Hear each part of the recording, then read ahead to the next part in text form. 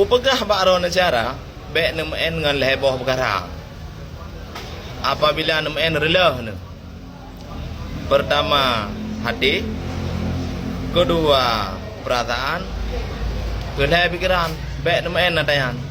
Apabila kan nemen ngan leboh perkaranya relah. Hana betul? Kalau rasa ayo. Ha? Nak perlu ka terlanjur. Nak maju hai, nak mundur hai.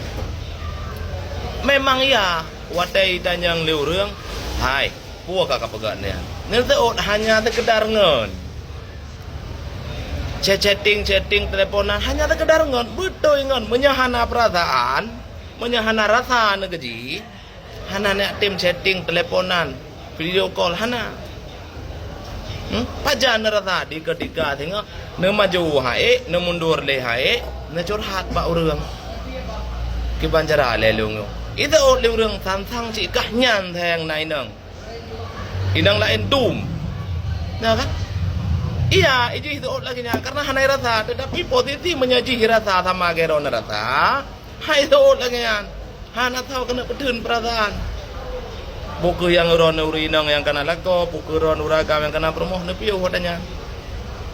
Menanti dia anak muda, nekalan urinang yang betul-betul baik waten urinang tentang kapah datan.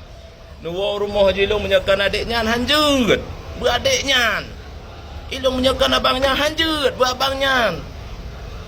Abehnya dah. Nedojan. Di ketika ka tengok. Terus balung kiap pai kalian mendung.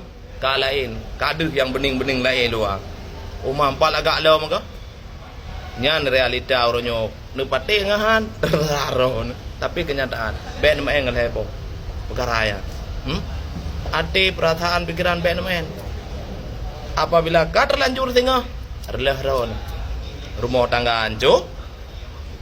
Enggak? Pikiran tu dah timbul penyakit. Mulai huranya ketup pertanyaan. Baiklah.